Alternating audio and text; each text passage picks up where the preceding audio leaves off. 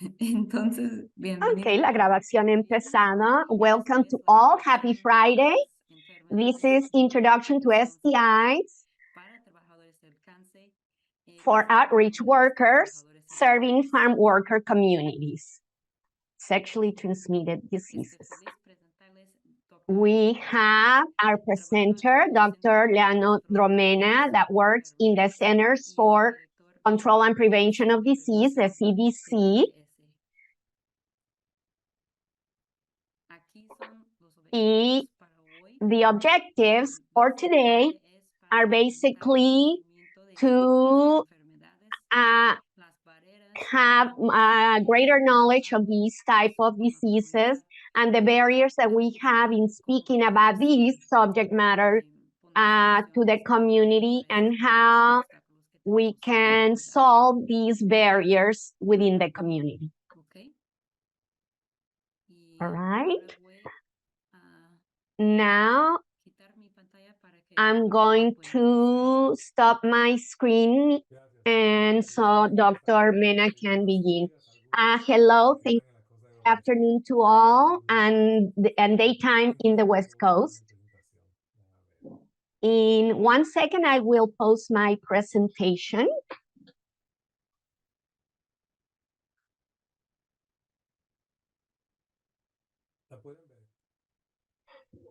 Can you see it? Yes. Yes, we can see it. Good afternoon. As it was mentioned, this is about sexual health, which is an integral part of wellness and health. And it's precisely for this reason that we are addressing this. The definition of what is health. A lot of times when someone asks what is being healthy, you think of a person that practices a certain level of physical activity and people that elect, make good choices, nutrition, for drinking water, and we think of people that worries about his or her emotional well-being, but very few times we think of sexual health as an integral part of our health, that in spite of how important sexuality and sexual activities for human. So saying this, I want to clarify that this is about sexual health.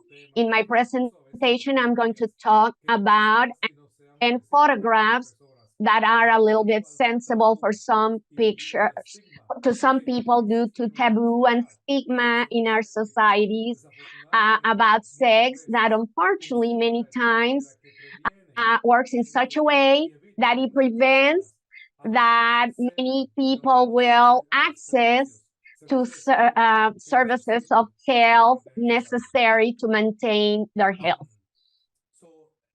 So through this presentation that is going to last about 30 or 40 minutes, I hope that you will have questions written for the end of the presentation. We're going to talk about what are sexual infections, who are the persons that can get infected, what can we do as individuals, or what we can advise our clients in order to avoid these sexually transmitted infections. And then we'll have a period of time for answering question and answer. I am Leandro Mena, the director, originally Dominican Republic, where I was born and raised. I am a specialist in infectious diseases, and amongst these, my specialty is sexually transmitted diseases. Now I'm working in the centers where I am the director of division that specifically is in charge of control of these infections in the United States. We're going to begin finding out what are these sexually transmitted infections. We know they can be bacterial, parasites, and even We know now that funguses can be transmitted through intimate contact that occurs during sexual relations many times. In reality, there are more than 30 types of organisms, like parasites that are transmitted uh, uh, during sexual activity, and some of the most common are chlamydia, gonorrhea, genital herpes, syphilis, trichomoniasis, VIH, or HIV, that mainly is transmitted through sexual activity, although there are other ways. Papilloma virus, human papilloma virus, the monkey pox, as we saw last year, that broke as epidemic, practically of global reach. And basically, all of these can be transmitted sexually. But the most important thing to understand is that contrary to the common idea, the most of these diseases or infections of sexual transmission do not present symptoms. People with them symptoms usually. And when there are symptoms, there are few. So most of people do not have symptoms. So it's very important that the people that can be at risk of acquiring or passing these infections, that they have to be checked often in order to detect this type of infections, not only to prevent that, for the self to have these infections that can cause disease, but also to shorten the chain of infection from one person to another. In the United States, in 2021, that is the last year that we have had global information, we saw that diseases for 5 to 6 years consecutively have continued to increase. In chlamydia, they, as you see here in the lower arrow, and this was mainly because of the COVID pandemic that put a lot of barriers and limits in the ability of health services to provide these kind of services for these kind of infections, and all their efforts were put into COVID control, our control of this pandemic. And chlamydia, that means a lot in all assisting to healthcare centers, because again, they're asymptomatic. And so we saw a diminishing of that. In the case of gonorrhea, they have continued to increase with that impact during the pandemic of COVID. But the most dramatic increase in the last 5 years has been the increase of syphilis cases. Like 20 years ago, practically in the United States, there were no cases of syphilis. Or the congenital type, or that it was in babies, found in babies, in newborn babies from mothers that were infected as through the placenta.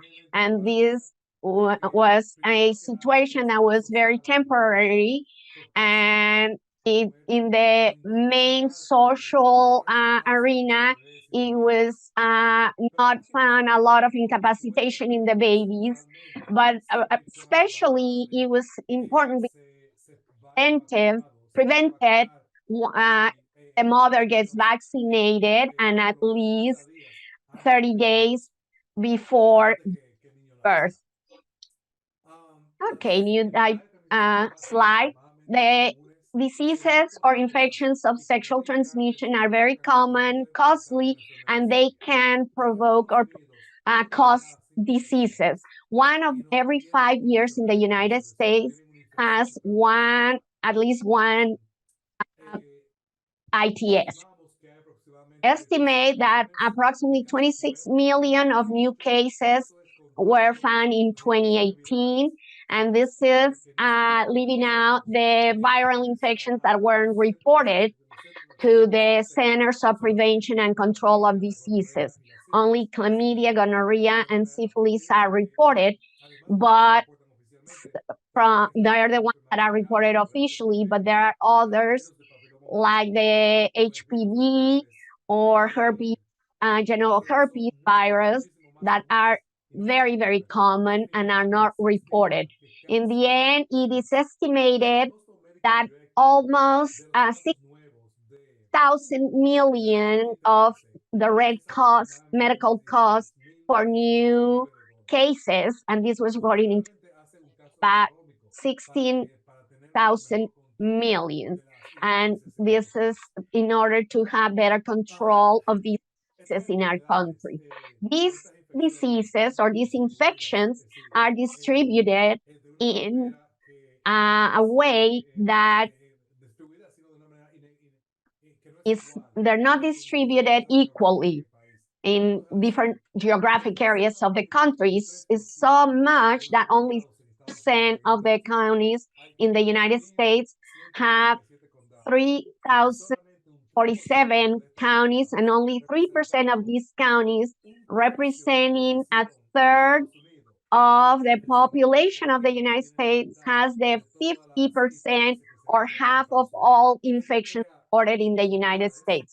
This creates opportunities as the resources can be concentrated in these counties to have better control, but also creates barriers or challenges because the other half is distributed in such a huge area that is hard to reach the people infected.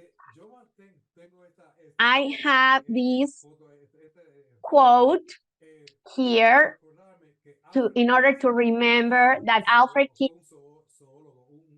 a zoologist, that a researcher, expert in sexually transmitted infections, that began his career as a zoologist, and he studied the cuts in certain type of bees, and it was known that he had the greatest collection of bees in the world, more than 10,000 species.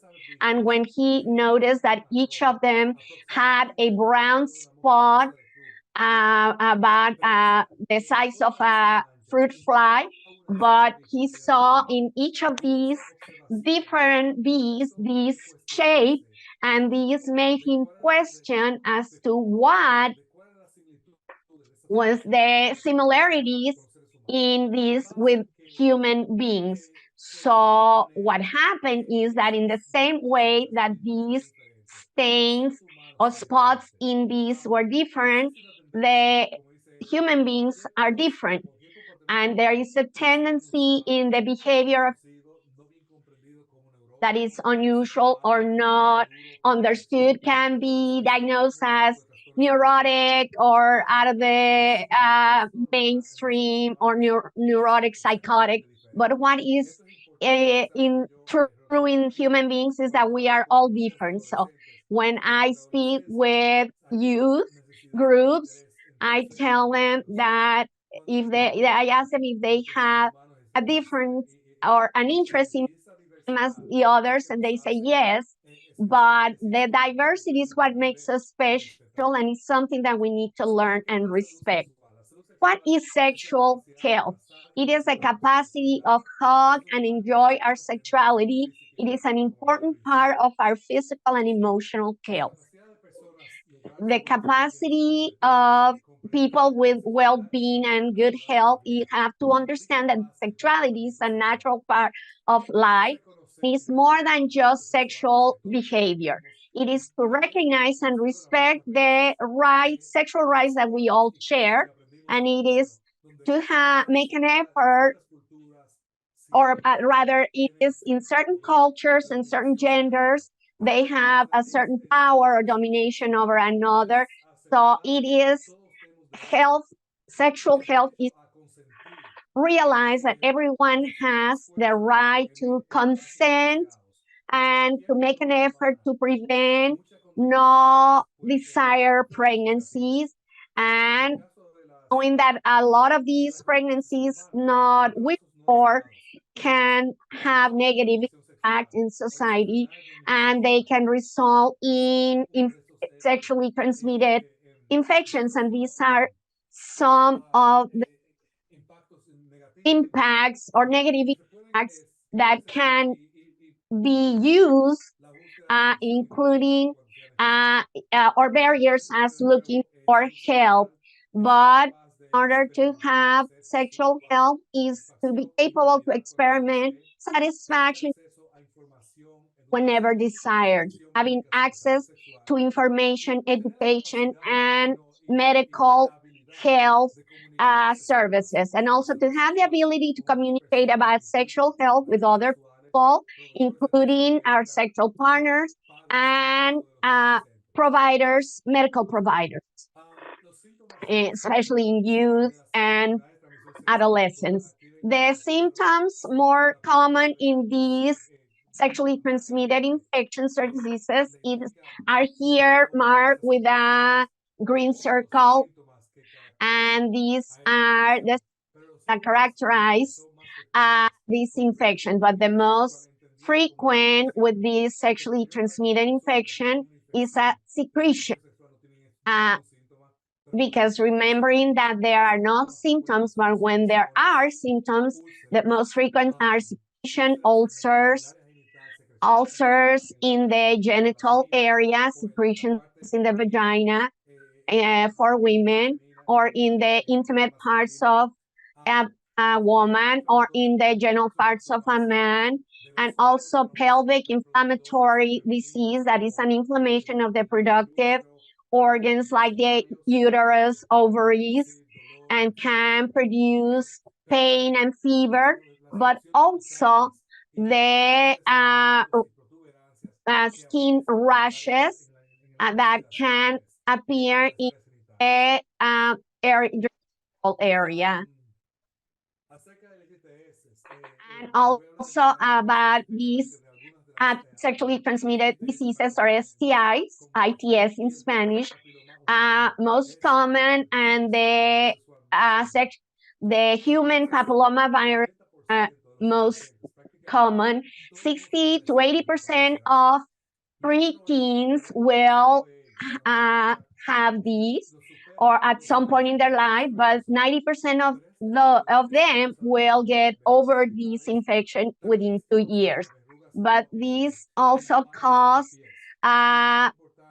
these moles, and is also the main cause of uterine cancer or cervical cancer that is caused by the HPV virus, but also the anus area cancer, and also many cancers of the head and neck are caused by this virus.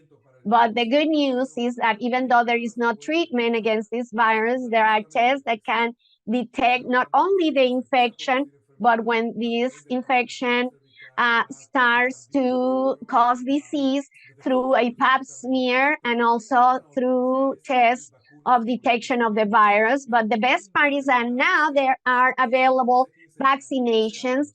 In about 14 to 15 years ago, the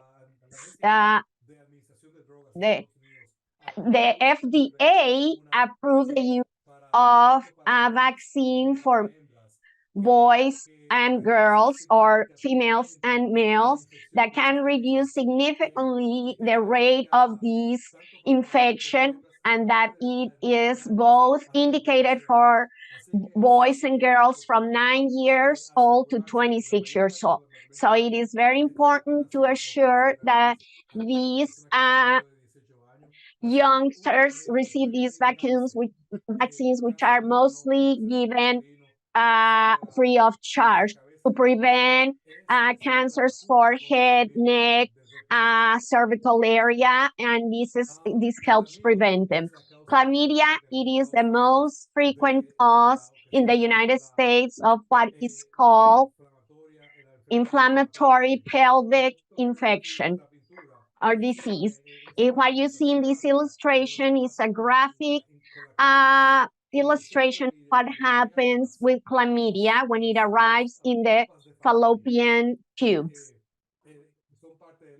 They are part of the uterus, or womb, and it produces this inflammation that breaks the tissue, which is very important, the reproduction process in the fertilizing and be able to have children. So chlamydia, through causing this inflammation of the fallopian tubes, is the main cause of what is called infertility, tubular infertility of the tubes in the United States.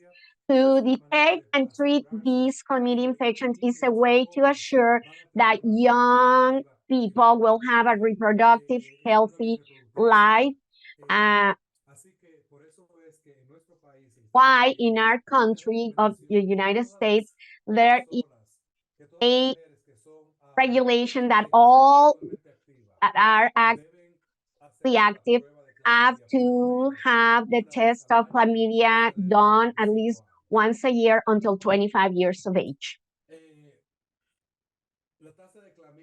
The rate of chlamydia in Hispanic persons is practically the double amount of persons that are not Hispanic descent or Hispanic, compared to the Caucasian or whites. And we want to emphasize the importance of having this test done amongst Hispanics. The rate of men compared to women, the difference not so much. Many of the services that provide these kind of tests are designed or focused in women. So this might reflect the difference between the rates in order to prevent this, that women are tested more. About gonorrhea, this is also notable symptoms is pain, inflammation of the testes, and a discharge that can be painful, but also cause other symptoms, not only inflammation and pain of the testes, but also cause throat pain. And just as with chlamydia, this is a reportable disease, and labs have to report to the Centers of Prevention and Control of Diseases in the state, in each of the states, in order to prevent and be able to see where is this disease being found or focus points. So it is tested through urine, and treatment is easy. The use of antibiotics once it's diagnosed through an injection one time. And for chlamydia, is one pill, that doxycycline, that is given and taken for 7 days, but not for gonorrhea or for chlamydia. Exists a vaccine, unfortunately, but the good news for gonorrhea is that we have been working on a vaccine, or is being worked on, and it is giving signs that a vaccine that already is for the treatment of meningitis can work effectively against gonorrhea. So similarly to chlamydia, the amount of cases within Hispanics compared to Caucasians. And in this case, the rates is a bit higher in men than women, because the rate of gonorrhea in men, it is higher than in heterosexuals. And very important, that is also united with stigma and taboo and embarrassment, is to present these, and sometimes the lack of knowledge, and it can be a primary infection or reoccurring. And one of the first characteristics is that once the virus is acquired, it stays within the body for always.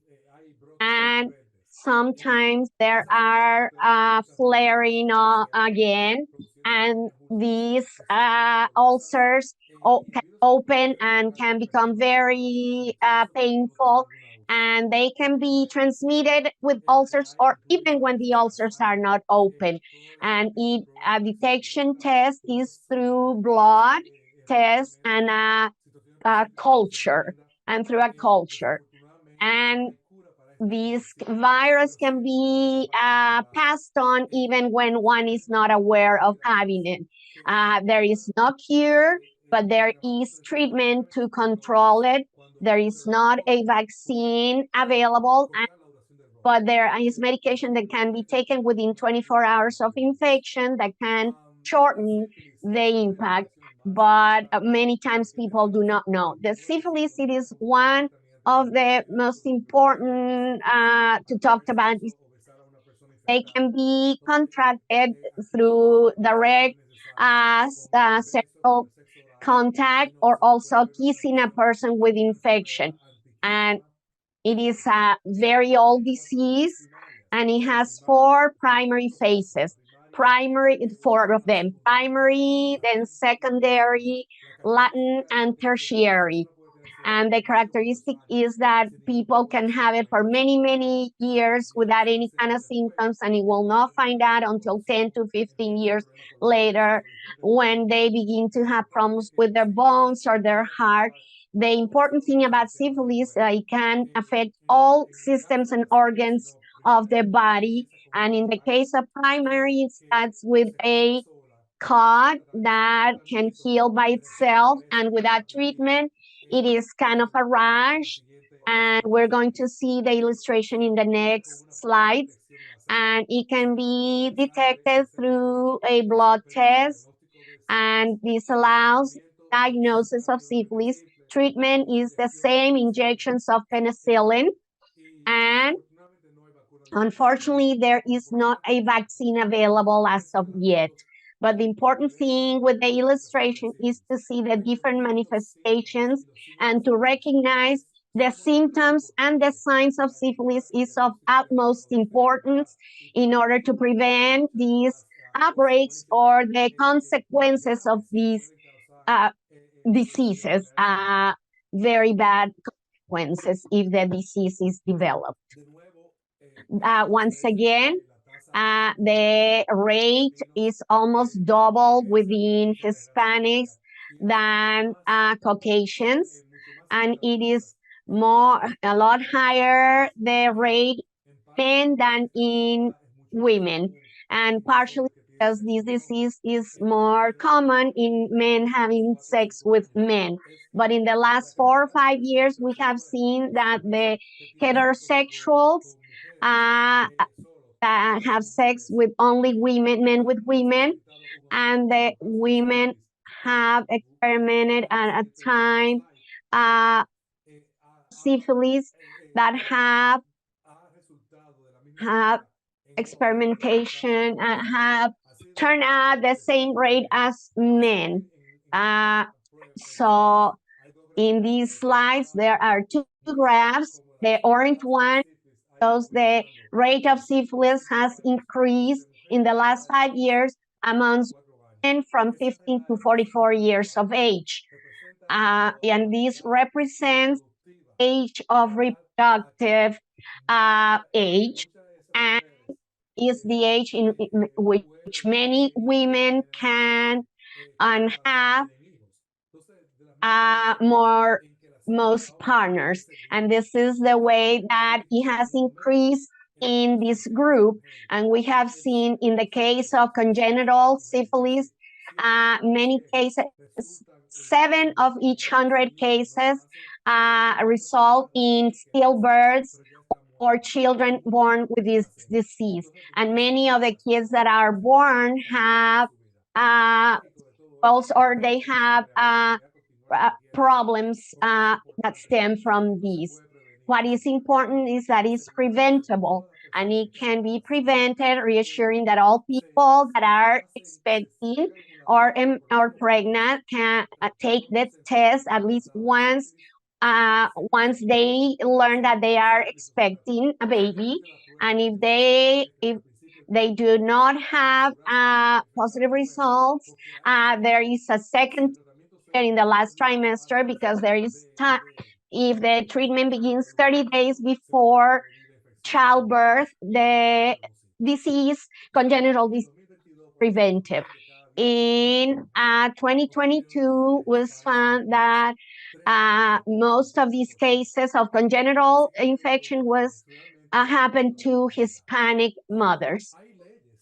There are laws within the United States that order that pregnant ladies will receive this test. And in the green on the left map, 42 or 58 only have laws about this. Only 8 states in the United States have no rules for this. To do it prenatally, take care of these tests. There are 5 tests that require in that time one gives birth, and 5 states in the last 30 days before birth.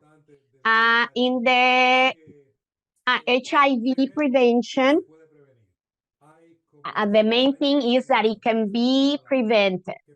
There are medicines all that can be at risk, and they can take as simply as 1 pill daily, just like the birth control, that can help prevent this HIV propagation. There is also a injection that people can put twice, and diagnosis very easy.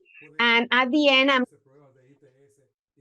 very assist to do of HIV, and people with this diagnosis can become subjects of treatment, and as simply as taking 1 pill will prevent for this infection to become AIDS disease, but also not only will prevent them from acquiring this disease of AIDS, but will also prevent the transmission of the disease to others.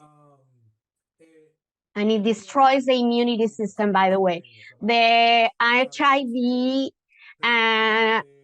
we know that having any disease, sexually transmitted disease, increases the chances of a person acquiring HIV or giving it to other people. So it is very important that if we are treating this diminishing of HIV, who can contract one of these infections of sexually transmitted infections? Anyone. 50% of persons notified were young people, 15 to 24 years of age as of 2022, and these have been reported in all 15 to 24 years of age. If we remember, that's when we were more at risk or took more risk and behaviors, risky behaviors. So it is why it's so important that young people will get checked and assist to a medical checkup once a year. 1/3 of the cases of chlamydia occurs in people of Black race, not Hispanics or Latin in 2022. People, men that have sex with men have a higher rate of infection. And in the case of syphilis, 1/3 of all cases are from men that have sexual interaction with men. And this group that has 1/3 in the case of syphilis, in the secondary phase, only represents in the United States 2% of the population of the United States, but almost 30% of Hispanics. What are the factors or risk factors? The age of the first sexual encounter has the younger, the higher the risk, and it has to do with the time of activity. Persons that have multiple sexual partners, persons with a new sexual partner. I always tell my patients that if they are going to begin a sexual partnership with someone, to be checked before. The use of condoms not being used effectively. So these can prevent if used correctly. And also the use of alcohol and drugs, and the use of condom regularly can severely impact or help in this. The use of alcohol and drugs can impact greatly their risk for these. Also, other biological risks and factors like an ectopic cervical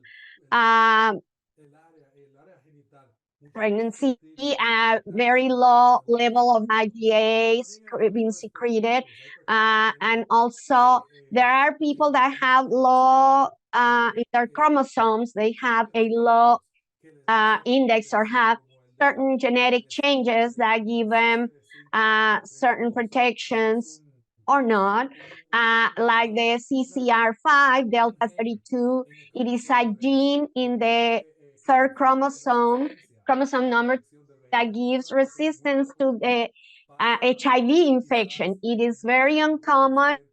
It happens to 1 or 2% of Hispanic population, which no matter what, they will not get infected with HIV.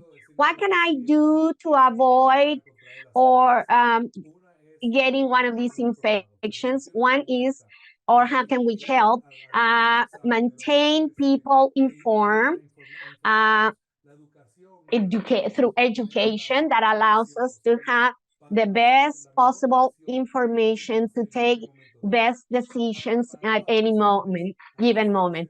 Also, for the workers to tell to postpone vaginal sex, anal, or oral, to put it off until more maturity. Also, to receive vaccines for like HIV, human papilloma virus, and others that are available. Usage of condoms the right way, the correct way, and actually in relation to the other person before having sex, because the effect that it has on ourselves and others. And also seek help as soon as possible if we're suspecting any of these. Avoid drugs and use of alcohol. And also the promotores or facilitators of health they are very important in creating a way of trust and sharing from our clients or patients, to share, knowing that we're going to respect their privacy, and this is going to create or give the opportunity to guide this person through a path that will allow him to have a better sexual and physical health.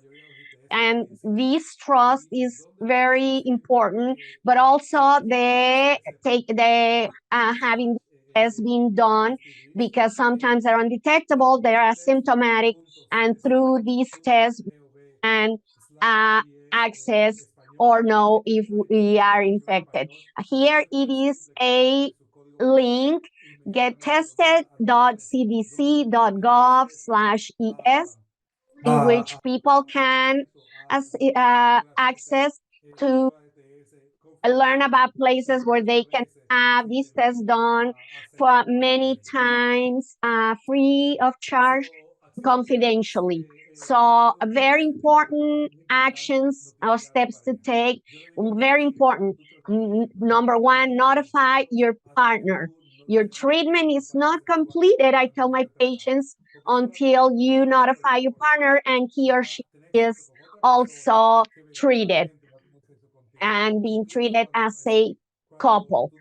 And when you decide that you're going to be involved sexually with someone else, the treatment of the both persons, it is important in order to prevent or combat. One person has been diagnosed with gonorrhea, human papilloma. It is very important to repeat the test after 3 months, because sometimes people contract this disease from another partner and not the original. The important thing is to realize that these sexually transmitted infections or diseases, ITS or STIs, is something that is preventable and can be prevented and guided through information. And now I'm opening the forum for questions. Thank you, Dr. Mena. I was not aware of many of these points in your presentation. We have a question if it's a myth that vaccine for the human papilloma for preteens can make them sterile. Yes, this is a very good question. The HPV vaccine does not have any side effects. This is only a myth. There is no anything like this whatsoever.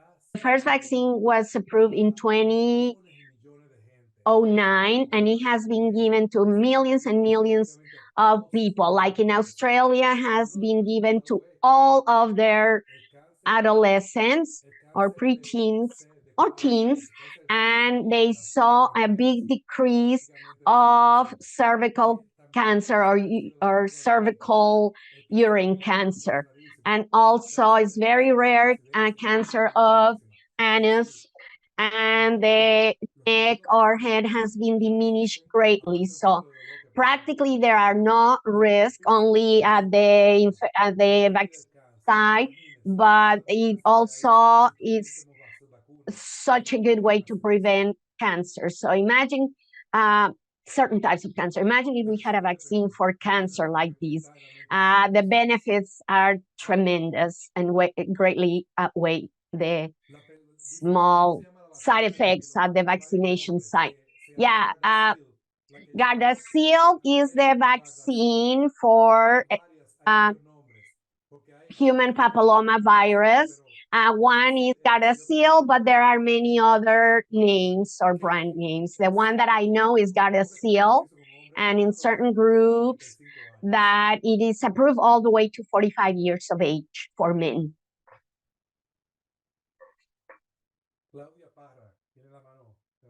Yes, who else is raising their hand? Claudia Parra. Claudia, you can ask your question. I'm gonna keep silence. So you can ask. Okay, Claudia, adelante. Doctor, tengo una pregunta. Yes, doctor, I have a question. My name is different. Can I ask about if there is more available treatment to avoid being exposed to HIV? Not only people that take this medication to prevent the disease, but how much has been promoted and the access to this medication, how safe it is, and how it has been received to the vulnerable populations or that have a greater risk. The perfect question. I mentioned that for the prevention of HIV, about 11 years ago, FDA approved a pill, Truvada. Now there's a whole strategy, and it's similar to taking birth control, a pill that is taken daily, And if there is a risk being exposed to HIV, then you will not be infected if it has been taken preventively. And in men, in women, and persons that use intravenous drugs, they can prevent HIV. So what was only one pill before, Truvada, now there are two, Truvada and the SCOBY, which is a new one that is a little smaller with very few side effects, and it is still even safer about the effects on the kidneys and the bones. And additionally, there is an injection that can be given, is also new, every 2 months at a clinic. There has been a huge effort at national level to outreach, or we know and are aware that there are a lot of inequalities and a lot of people of Latin origin that are exposed to these because there is a lot of embarrassment culturally, and their partner may be taking risk or at risk risky behaviors, but there are many health centers within the United States where this medication can be had or acquired free of charge, or without any matter of regardless of being insured, medically insured or not. But it's not so much about taking risks, but being able to benefit from these. And the other thing is, a barrier is that it is embarrassing to admit that people could be benefited from taking these preventively. And as health workers, we should not be embarrassed to reach information to people that we feel could benefit from them. Nowadays, there is not a reason for anyone in the world or this country has to acquire HIV infection. It is preventable, and at the same time, I do not see any reason as to why anyone can die from acquiring AIDS because of the preventive measures that exist nowadays. Sí, Carol, right now they ask about what types of vaccines for HPV, and there are three, bivalente, novovalente, and tetravalente. But the Gardasil is like novovalente, and it's a Gardasil number 9 that it is new. Yeah, thank you, Arlen, that you know the differences more than I do about the vaccines. And they all attack the virus that can produce cancer, the onset of cancer. There is a comment that says that if HPV can cause cervical cancer, yes, absolutely. The papilloma virus is the 100% cause of cervical cancer. So preventing the infection through the vaccine, it is preventable.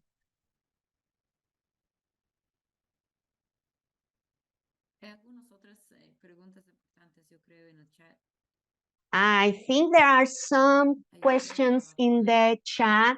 There is another about the vaccine for HPV, until what age can be given. It is recommended in men and women from childhood, from 9 years old to 26 years of age. The important thing, our health system in this country, it is free from 18-year-olds, 18-year-olds and above. It is free, and it is given at the or it can be given at the pediatrician's office after 8 enter, but for free.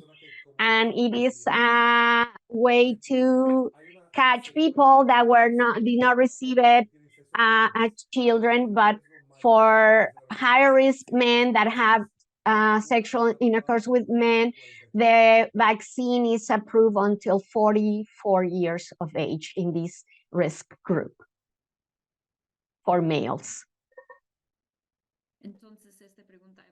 So, is there a vaccine for the verrugas for older people? Yeah, the quattrovalente, it is quattrovalente or quattro types of virus, four strand.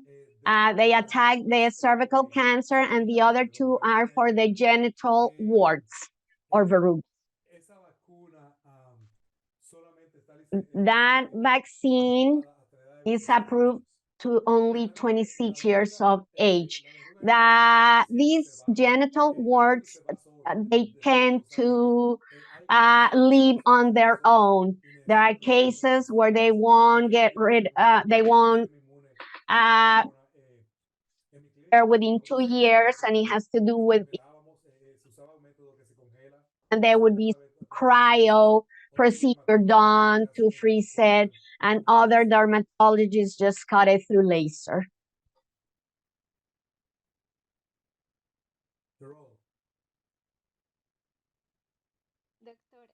Cheryl.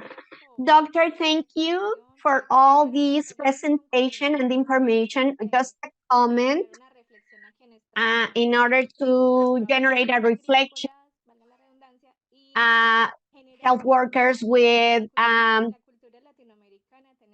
workers in our culture, Latin culture.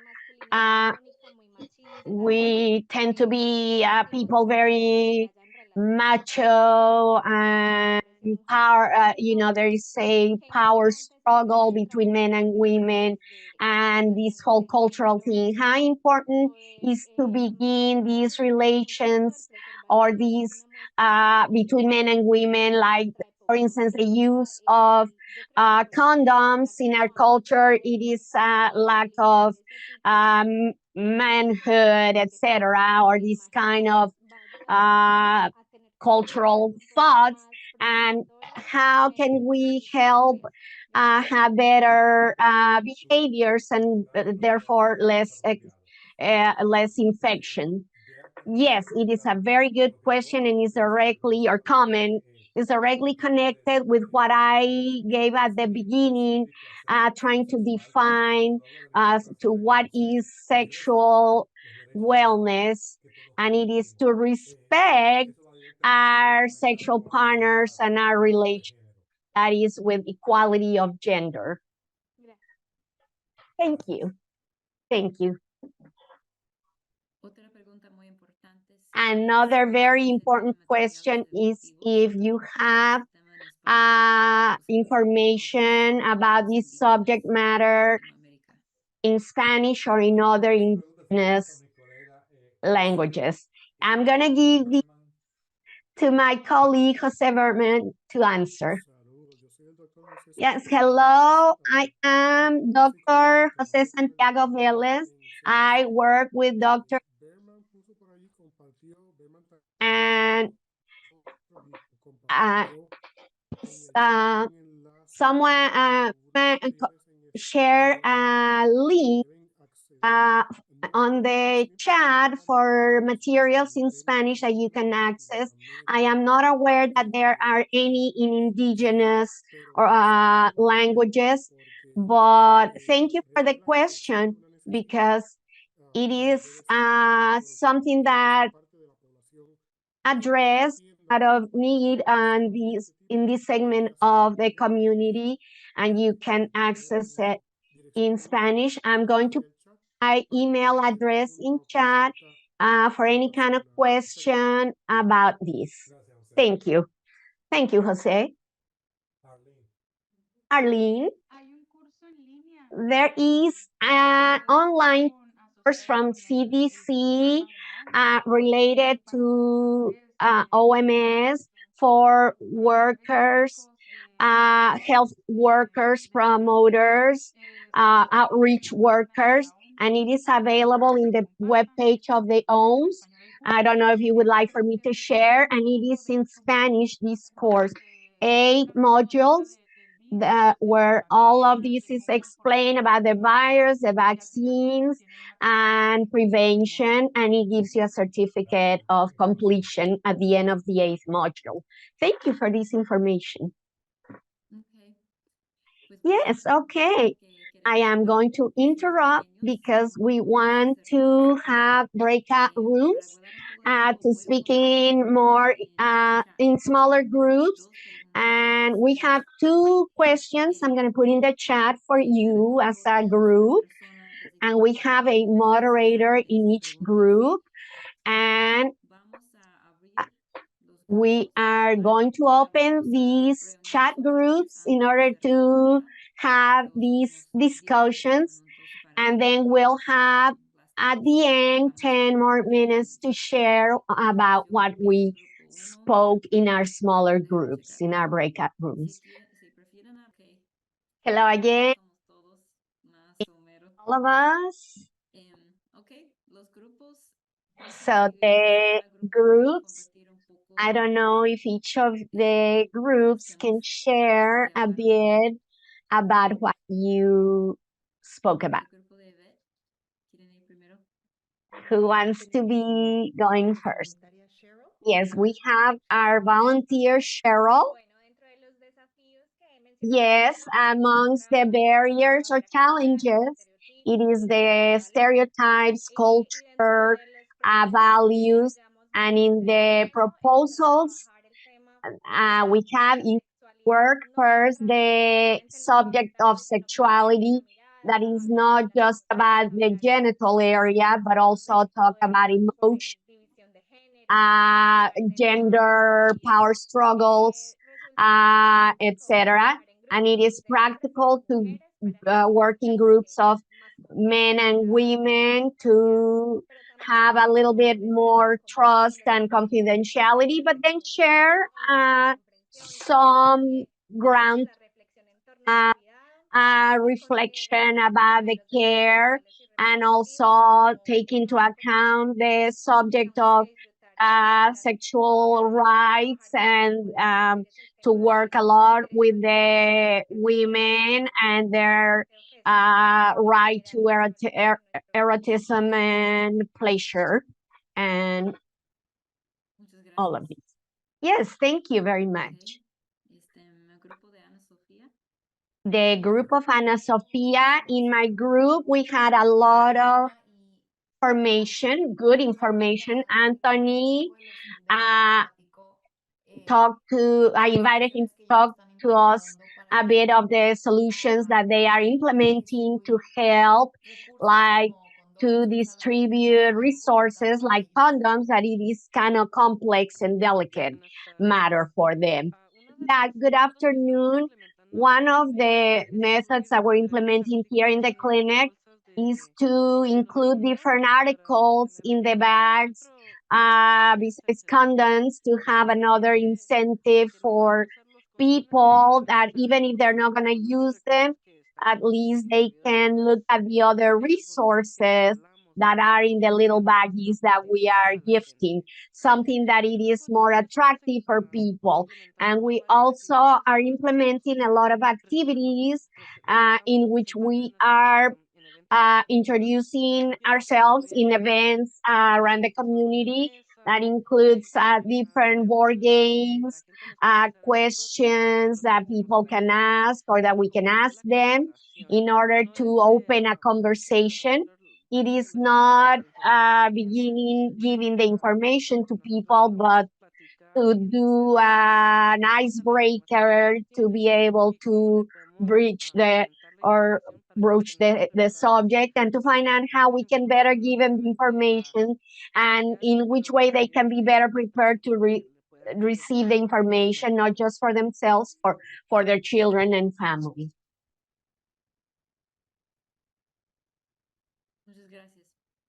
Thank you very much. And there was not another group, correct? All right. Thank you very much to all. We're going to send the recording and the presentation, the slides. And if you have, please, a little time to fill this survey, it is in English and in Spanish. We will be very grateful for your time. We hope that everyone will have a great weekend, that it is relaxing, and especially if you have the 3-day weekend. And thank you very